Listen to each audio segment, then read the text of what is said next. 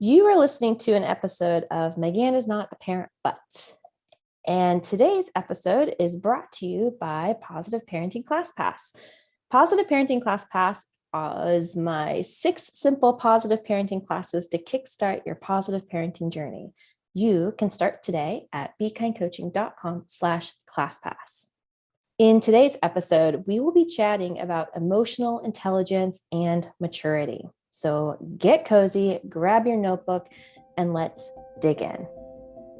Welcome to Megan is Not a Parent But, the podcast where I, your host, Megan Ford, former early childhood educator turned positive parenting coach, helps parents just like you learn how to deal with your strong-willed child's difficult behavior. I've been described from my clients as a blend between Brene Brown and Miss Frizzle, the one from the Magic School Bus. I help bring awareness and hold space for the hard conversations and make big concepts like behavior and relationships and temperaments easy to understand and easy to implement. If you're a parent who struggles with your child's loud, dramatic, disruptive, over-the-top behavior, but don't think a parenting coach would help you because those are just for the bad parent or those parents, then this episode is especially for you. I invite you to grab a journal, cozy blanket, a warm beverage, and enjoy what you're about to explore. Where I want to start is inviting you to consider a day, a week, a moment void of all emotions. Think about that. Think about if everything was just always flat, if everything was always calm, if everything was always monotone, if everything was always just one note. Think about what we would be missing out on. We'd be missing out on music. We'd be missing out on expressions. We'd be missing out on closeness. We'd be missing out on change, growth. So I think that life would just be totally flat if it was not for emotions. Emotions start to add depth and texture and vibrancy and all sorts of different dimensions. When I was thinking about this, I thought about the scene from Frozen where Anna is asking Elsa to go build a snowman. Like, what would that scene be like without desire, without curiosity, without disappointment? I also thought about the Beast from Beauty and the Beast and Belle. Like, what would that scene be with Belle standing up to the Beast when he snarled at her right after he captured her? What would that be like? Would it be the same? And I also thought about the scene from Cinderella when she finally gets the glass slipper that fits and how her stepsister broke the first glass slipper, and then Cinderella pulls out the second. And what would that scene be like without all of those emotions? I think that emotions enter into conversations and they just add so much, not only in the music we listen to or the stories we read or the movies we watch, but then also the relationships that are in our life and the experiences that we go through in our life. And then, of course, the experiences and relationships that we hold with the children in our care. So I know growing up, something that they used to say to me all the time was, I'm just trying not to feel blank about it, or just try not to worry about it, or just try not to get so upset. And I think, that sets me up for failure, because I know for me, as someone who lives a very emotionally intelligent and mature life, that I want to feel all of the things about it. I want to feel the depth. I want to feel the vibrancy. I want to feel the colorfulness. I want to feel the ebbs and the flows. I don't want calm water all the time. Sometimes I do. I will never not enjoy a peaceful moment, but it's also acknowledgement of all of the other ways that connects me back into that. So what I say is feel the feelings. Feel angry about it. There's purpose there. Feel sad about it. There's purpose there. Feel joy about it. There's purpose there. And for me, there is absolutely no such thing as a bad emotion or a negative emotion.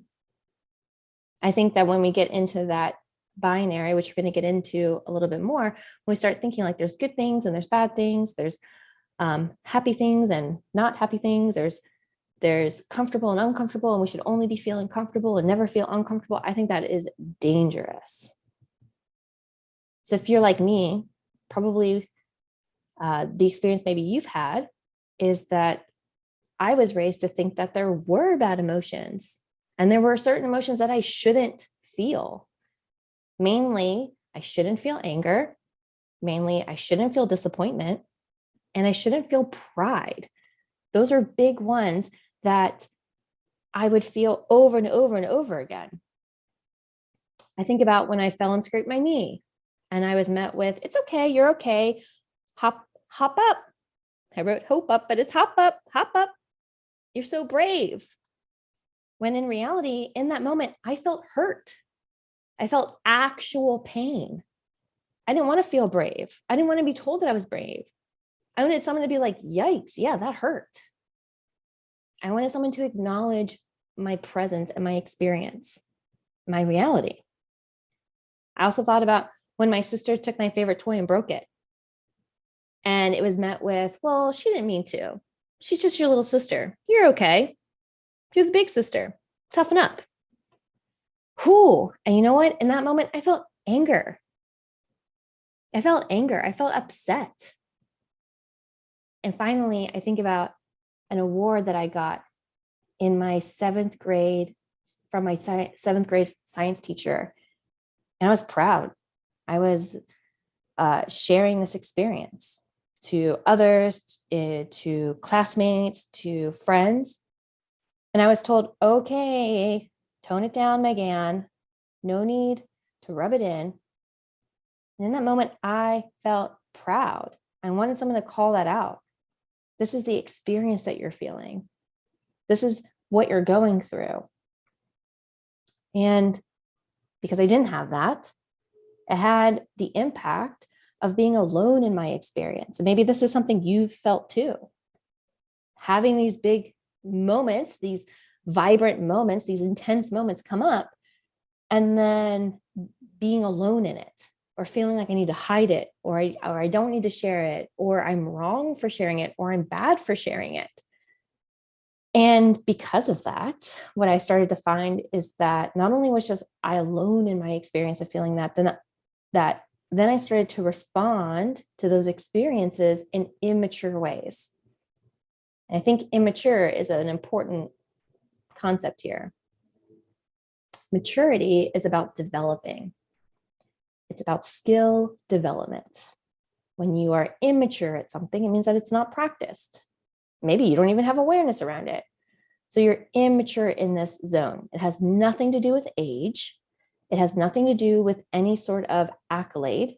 It has it's the most truthful thing that it's just simply, have you practiced it? Is it a development? And if not, then you're probably immature. And I know for me, for a long time, I was very emotionally immature.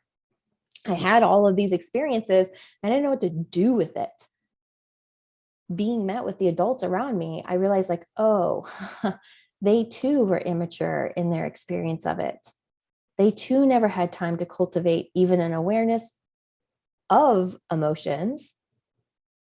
And without an awareness of it, then it would make sense why there was no development of it. So the adults in my life sent me messages about my lived experience. When I was feeling sad, they would try to make me happy. They would serve up joy. They would serve up, no, this is actually what you mean. You want to be happy right now. And really what that tells me now, as I've gone through it, I can reflect back that my experience of sadness, of pain, of hurt, of pride was uncomfortable for them. And so they were doing their best to get me back to what was comfortable for them, which was happiness. And not only were those the messages that were sent to me, those were the messages that were sent to them. Because as we know, with the toolboxes, as they passed down, those are generational cycles. And what we've learned was what we inherited from what they learned, from what they inherited, from what they learned, from what they inherited. And until we can stop and pause and hold a boundary and say, whoop, I want different, I want better. What is it that I need to do here so that I can grow? Then we can change. And in this lens of evolving in our emotional wellness, there's two concepts that we're going to dig into. One is emotional intelligence, and the second is emotional maturity. And when I say emotional intelligence, I'm speaking to just having an awareness, a vocabulary, a cognitive understanding that emotions exist. It's the awareness of emotions. And when I say emotional maturity, I'm speaking to the advanced development of those emotions, not based on age, not based on merit, not based on accolades, based on if you have developed the skill of maturing in that experience. So we're going to take a look at both of these. Two books cited here is Daniel Goleman's Emotional Intelligence and Lindsay Gibson, Adult Children of Emotionally Immature Parents. I feel like these two books really dig into these concepts to bring awareness, education, and then practice in developing these two skills so that we can start to normalize that all of our experiences, all of the intensities, all of the vibrancies, all of the ebbs and flows, they're all purposeful and relevant. There's no longer bad or good emotions. It's how are we aware of them? And then are we skilled in navigating them? So when we look at emotional intelligence, Jeffrey Bernstein says emotional intelligence is a key predictor of children's ability to develop suitable peer relationships, to get along at home, and develop a well-balanced outlook on life, and reach their academic potential at school. Thinking about emotional intelligence is how to make sense of what comes up inside of you and how that impacts the relationships around you. So when we look at emotional intelligence and we break down more, we can break down into 5 skills. Those are skills that are personal to you and then interpersonal with them. So if we're looking at how we are engaging in relationship and engaging in peer relationships, it's how am I aware of these experiences within me, but then how does that impact us? So the personal skills are self-awareness, self-control, and motivation. And the interpersonal skills with them is empathy and social skills. Last year, I taught a whole class on building emotional intelligence. And I'm going to share with you 5 slides, or I think maybe 6 or 7 slides actually, but the 5 pillars that I broke down inside of this class, I'm going to just share a top level overview of them. So the pillar 1 of emotional intelligence is self-awareness. And self-awareness is truly just that emotions are buckets and the feelings are like the water inside of the bucket. Everybody has these buckets, these experiences of joy, sadness, fear, and anger, and all of the different variants. That's something that's just part of the human experience. And the feelings is the expression of them. It's how intense we feel them. It's what triggers the feeling of them. It's how much do we feel it? It's how often do we feel it? And that's totally unique to the individual. So I like to think about emotions of the buckets and feelings are like the water inside of the bucket. So self-awareness is just that, awareness that those buckets and experiences exist, nothing more. The second pillar of emotional intelligence is self-control or self-management. It means, what do we do with these buckets filled with water?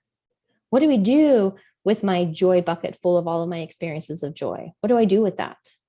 How do I manage it? What do I do with my bucket of sadness, with my bucket of fear, with my bucket of anger?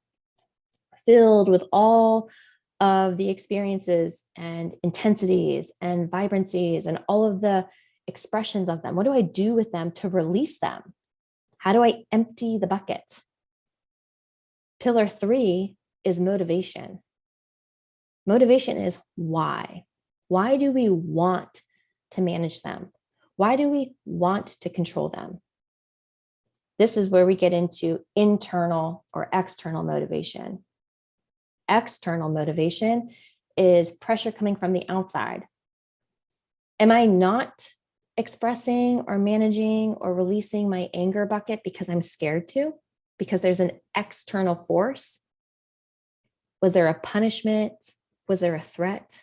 Was there a bribe? Was there someone saying, hey, if you don't do that, then you can have a treat? If you don't act like that, then you won't have to leave the room. That's external or extrinsic motivation, forces from outside. Think punishments, bribes, shame, sticker charts, anything that's used as a carrot to get them to do the thing. How do I get them to do the thing? That's extrinsic motivation. Intrinsic motivation is the internal motor, the internal driver. How do I want to release my anger because I want to feel better in my body. I want to feel better in this experience. So it's an internal drive. And in the terms of extrinsic and intrinsic, my husband and I get big debates about this in our house. And I think that there is purpose for both. I don't think there's one more than the other, but when it comes to managing emotions, I truly believe that intrinsic motivation will win out extrinsic motivation every single time. However, I do believe when we're starting to learn how to do this work, when we're starting to learn how to navigate new territory, I do believe extrinsic is helpful in alignment with offering support. So what that means is if you're doing something for the first time and you feel not so confident in it, or it's something that's hard, it's so helpful to have someone extrinsically call you out and validate it. To say, wow, you did that. That was really hard and you did that. Starts to build that intrinsic motor. And then eventually we can start to release from that extrinsic so that we can start to gain our maturity in it and start to foster an internal sense. I do it because it feels good. I do it because it contributes. I do it because I want to be a helper. I do it because I like the impact on the relationships. I do it because I want to grow, not because someone's telling me to do it. So I think motivation, now that I'm talking about it, maybe I need to make it an episode of its own. I feel like motivation is something that's really powerful, really connecting down to why am I doing it? Why am I controlling it? Brain break moment. All right, I know that I can go deep way fast. So let's just take a pause here to take a deep breath in and let it out. And listen while I let you know that this episode is brought to you by me, Megan, and my Positive Parenting Class Pass. Positive Parenting Class Pass are 6 simple positive parenting classes to kickstart your positive parenting journey. Those classes include Positive Parenting 101, which is a class that is just designed to give you the first steps in what positive parenting is and what it is not. Second class is Emotional Validation. In this class, we dig into how can we show up to have your child feel seen and heard in their lived experience.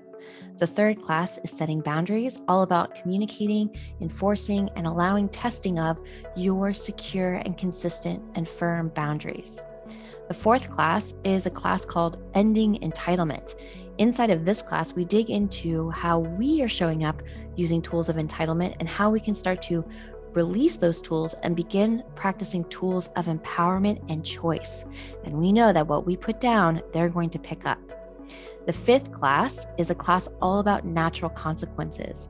This is a class that gets very clear and you'll walk away knowing what an imposed consequence is, what a logical consequence is, and most importantly, how to begin utilizing natural consequences so your children begin learning from their lived experience. And the final class is a class all about apologizing. I like to say that connection is the most skipped over step and recovery is the least utilized step. So in that step, you'll start to learn how to show up and use impactful and effective apologies so that your child knows that you see them and hear them and care about them. If you are looking to begin your journey today, then I highly encourage you go to bekindcoaching.com/classpass and dig into the classes starting today. As my free gift, you will receive Raising Respectful Kids, which is my 3-part video series all about how to stop focusing on adding on more decorations to your child and to you and to your relationship, and instead starting to reinforce and build a solid and secure foundation together. I can't wait to hear all of your amazing wins from the steps that you take inside of Positive Parenting ClassPass. All right, ready to get back to our episode? Before we get back, let's take one more deep breath together. And take a deep breath in and let it out. And let's go. Pillar 4 is empathy. And empathy is understanding my experience with my buckets and my water in those buckets, and then their experience, someone else. And knowing that their experience and their buckets will be filled and triggered differently than mine. And I don't have to judge their experience. I don't have to judge their buckets. I just have to bring awareness to it that my buckets are mine and their buckets are theirs. Sometimes there's a term called enmeshment. And enmeshment means when our buckets splash into each other's. When your sadness bucket means and fills my sadness bucket. Where now I'm experiencing something with you, but now it's overflooding mine. I've now taken your sadness on as my sadness. And this is tricky because this goes into not meeting a person or a child specifically in their own experience. It leads us to say, whoa, I can't feel sadness anymore about this. So that means you can't feel sadness about this anymore. Going back to scraping the knees. That's why we start to be like, whoa, you're okay, you're okay. And really what I'm saying is I need you to be okay, because if you're not okay, I'm not okay. Because I haven't emptied my buckets. My buckets are overflowing. I can't handle anymore. So the inverse to that is practicing discernment. When we go from enmeshment and like just taking everything in and being like, oh, I feel so deeply with everyone else's experience. That means I'm taking everybody's bucket in on as my own. The flip to that is to practice discernment. And discernment is practicing that boundary, allowing your bucket splashes to stay over in your side and my bucket splashes to stay on my side, where I'm not trying to get you to change my bucket and I'm not allowing your buckets to change my buckets. It's a practice, especially if we were raised as taking on everyone's buckets as our own responsibility. Right? Like I don't want to make my mom or dad mad. They're not safe when they're mad. So I'm just going to like take it on. I'm just going to change myself. I'm just going to not express it because it's not safe to express it. Instead, as the caregiver, as the person of power in that relationship, we can start to practice discernment, where we start to practice that boundary, practice seeing someone else's experience and just holding space with them to go through it. And the 5th pillar of emotional intelligence is social skills. How do we start to work together? How do we start to use our buckets in helpful ways together? Not so that you have to please me or I have to please you, or you have to keep me happy and I have to keep you happy.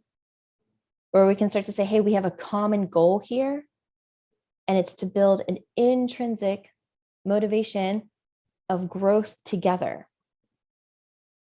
So those are the 5 pillars of emotional intelligence, used with the visual of a bucket.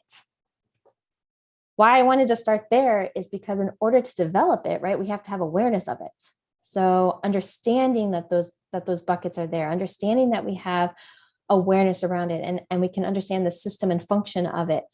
Now we can start to transition into developing it. And that's where emotional maturity comes into play. So the American Psychological Association defines emotional maturity as high and appropriate level of emotional control and expression.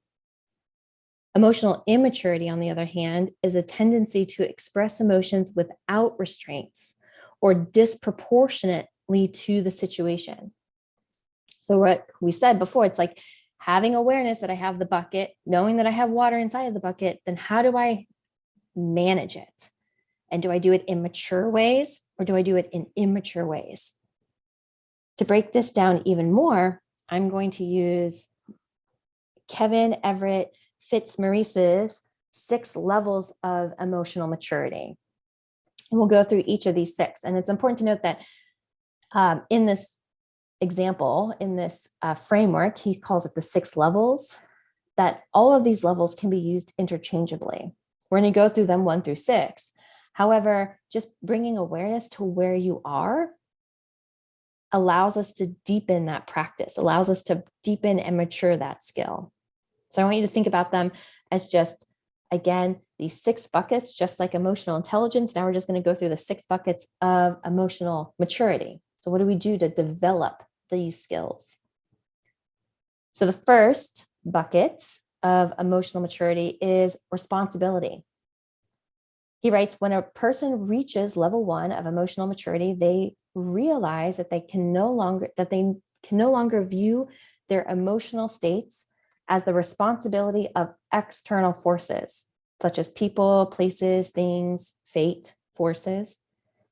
They learn to drop expressions from their speech that show disownership over those experiences and feelings, and start to put the attitudes back towards owning it, having responsibility for it. So this sounds like using phrases like, I feel angry because the Legos weren't picked up. And I wish that we could get on the same page. I wish that we could get this cleaned up together. Instead of the emotional immature response of saying like, that made me so angry, or you make me so angry. I'm so annoyed at you right now, right? I have awareness of annoyance. I have awareness of anger, and I'm using it in immature ways. I'm blaming you for it versus taking ownership and responsibility to say, hey, this is mine. I got it.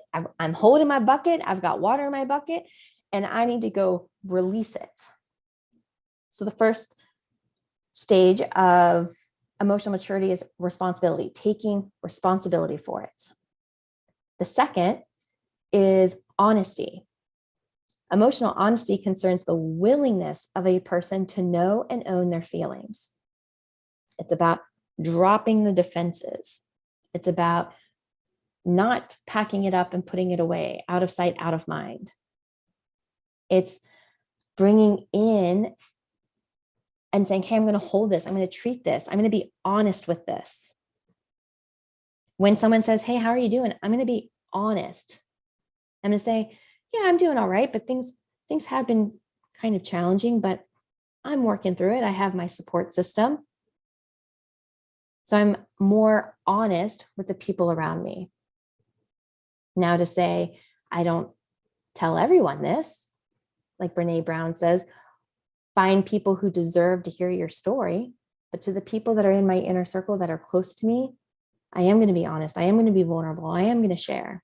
The people who have earned the right to hear that story, this is a way to deepen this practice. This is begin being honest with them and not hiding and not shutting down. It's speaking when I feel upset about something. It's not being passive aggressive. It's not hiding. It's not stonewalling. It's beginning to say, hey, I'm super annoyed right now, and I need to talk about it because I want to find resolution in it. Hey, I'm really angry about this, and I need to talk about it. And I'm going to sit here and talk and find ways so that we can find resolution together rather than just stuffing it down and ignoring it. Like I have awareness around it. I'm like, whoop, there's that anger bucket, but I'm just going to like hide it in the closet. So emotional honesty is second. The third is openness. So think about this as like your AC vents in your car. Imagine cranking on the AC all the way up and then closing the vents. Like the AC is still going to like split out the sides. It's like going to spill out versus opening the vents and then being like, oh, wait, let me turn down the AC. So emotional maturity is about openness to release it, openness to let it flow. We're not holding on to it. We're not white knuckling it. We're finding ways to vent in appropriate spaces. We're finding ways to release it by either somatic ways involving the body or journaling or dancing or talking about it. We're finding ways that we're no longer holding on to it, but we're open to releasing it. I think about recently, my husband and I started watching the show called Marriage at First Sight. And it's total trash TV. However, you can start to see emotional maturity play out very quickly. You start to see who is closed off, who's biting their tongue, who's making little snide remarks, who's cutting their partner down, and who's open to the process. And that's something that the experts continue to say on the show all the time. Are you open to the process? Are you open to the process? It seems like you're closed to the process. And I think, oh yeah, I know people in my life who are open or who are closed. Open to change versus closed to change. Highly reactive versus understanding and responsive. That's part of their emotional maturity. Being open and willing to feel the discomfort and then find resolution of that discomfort. The fourth level here is of emotional maturity is assertiveness. So assertiveness is being confident in claiming it. It's when a child falls and they scrape their knee and someone, an adult around them says, oh, you're fine, hop up, you're so brave. And they say, no, I'm sad, this hurts. They own it, they speak up for it. Someone else might be telling them something else that's not in alignment with their experience, and they're going to speak up to it. And they're going to be like, no, you have it wrong. This is what I'm feeling. This is what's going on. That shows a maturity of that they're invested. They're saying, no, I care about you so much. I want you to see me and hear me. I want you to get this right. That's assertiveness rather than being like, oh, okay, well, I won't correct them. I won't speak up. I don't want to cause a rift. I'll just suck it up. And someone who's not being assertive in their experience and with their emotions. The fifth level of emotional maturity is understanding. And this one is a bit of a tricky one. And I'll tell you why. Understanding means that we are beginning to understand that more than one truth can be real at the same time. It's meaning that though someone is acting like something, it doesn't mean that they're that something. Though someone is acting like a cat, it doesn't mean that they are a cat. It means that though someone is acting like a bully, it doesn't mean that they are a bully. It's understanding that two things can be real at the same time. And I think about this as like the phases of the moon. Think about when the full moon happens, the moon isn't any bigger. It's just that we have more clarity. We can see more of it.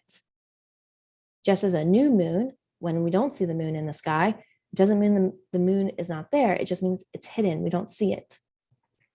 But the moon's still there.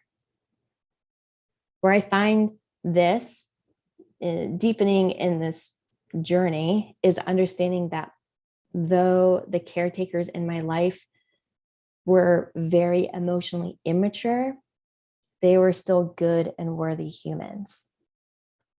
Where I could start realizing that though I deserved better, they were doing their best.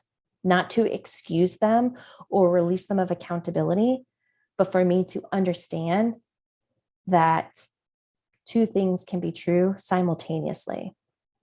And that's powerful for me so that I can start to mature in my own rather than attaching and hanging on and becoming reactive to theirs.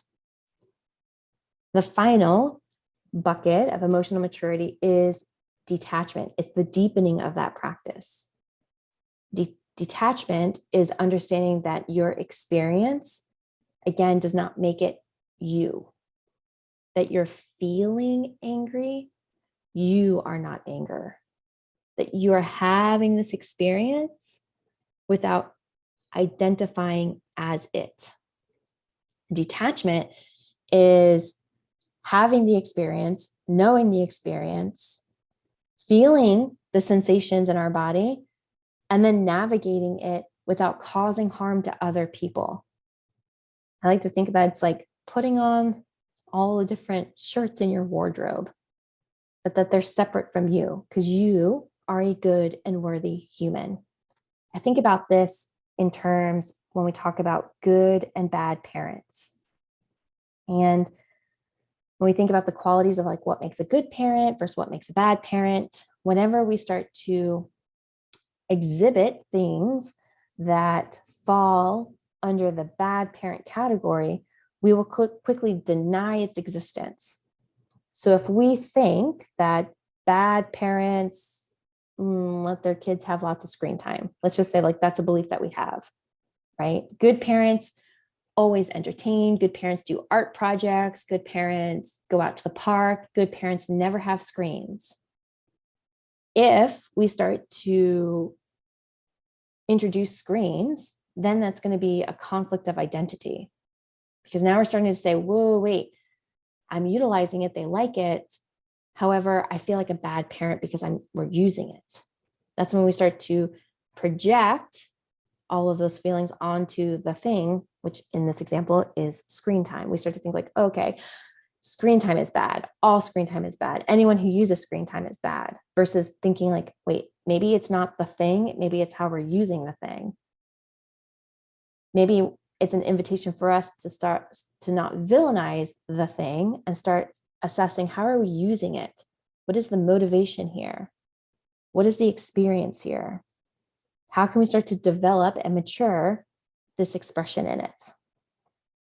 So we can start to like separate ourselves in that moment.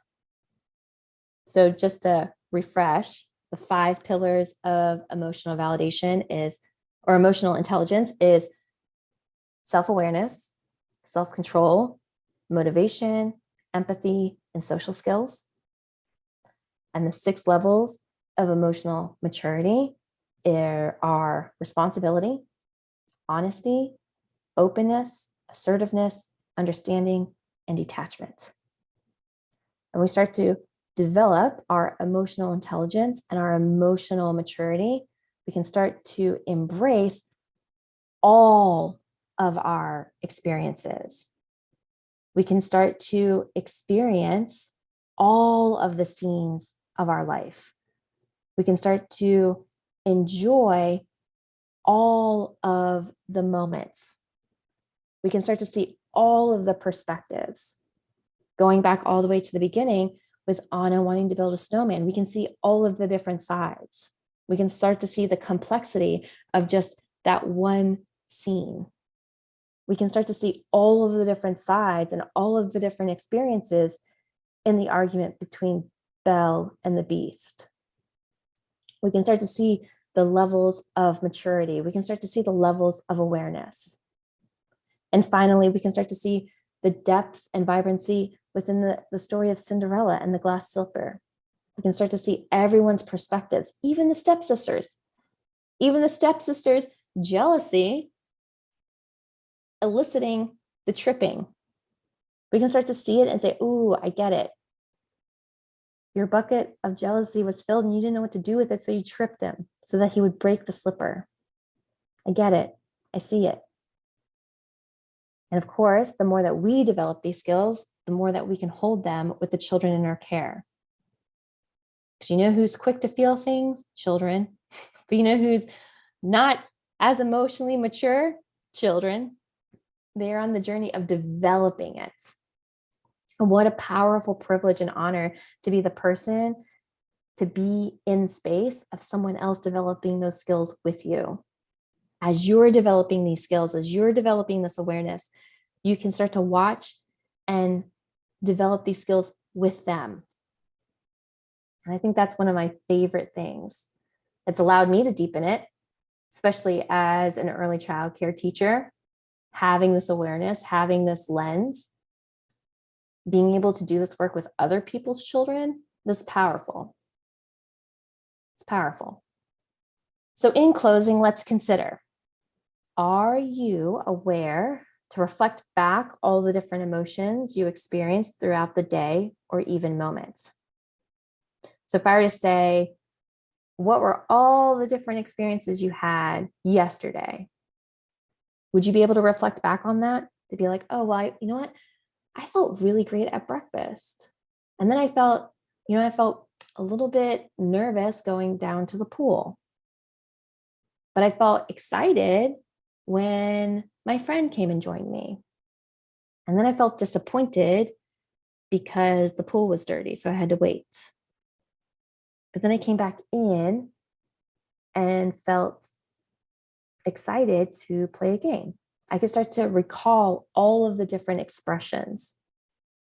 And can I do that in a moment? Can I do that in a day? Can I do that in a week? Can I do that over the course of a long period of time?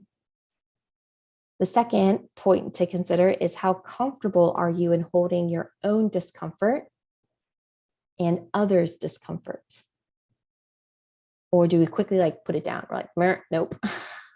I don't want to even acknowledge the bucket's existence. And if so, that's okay. We can start to begin acknowledging the bucket's existence. And if it's unpracticed, then it would make sense why it's uncomfortable. Anything new, when we start to begin it, something can be uncomfortable. Then we start to practice it, and then we start to become more comfortable in it. And then the third point to consider is, where can you deepen your emotional intelligence and your emotional maturity? In what ways can we start to bring more awareness of all of the vibrancy in our life, and then deepen and mature those skills? If you've taken notes, I would love to see them. If you feel like sharing them, you can share them in 3 ways. You can share your thoughts and insights on Apple Podcasts by leaving a review. You can share your thoughts and takeaways on social media and tag me. And you can share your thoughts inside the dedicated post inside of our Facebook community, Positive Parenting with Megan Ford. I want to thank you. Thank you for staying here to the end and tuning in. My mission in life is to help support parents in feeling supported and empowered in doing this work. And this podcast, my Facebook community, and all of my programs and book club all help parents work through those phases of awareness, education, and practice, giving you the tools to help show up, to broaden, widen, and deepen your emotional intelligence and your emotional maturity with your family. So if you are ready to take the next step, I highly encourage you to check out Positive Parenting Class Pass, and more importantly, dig into the connection class, all about emotional validation. Inside this class, it'll help you balance your parenting toolbox by helping you connect with your child in their lived experience that helps them feel safe, seen, and heard. To get started today, you can check it out at bekindcoaching.com/classpass. And as a thank you of my free gift to you, you will receive access to Raising Respectful Kids, which is a 3-part video series all about building that foundation to a healthy, positive relationship. I am so thankful that you stay here and stay to the end, and I cannot wait to see you all next week. Bye, friends.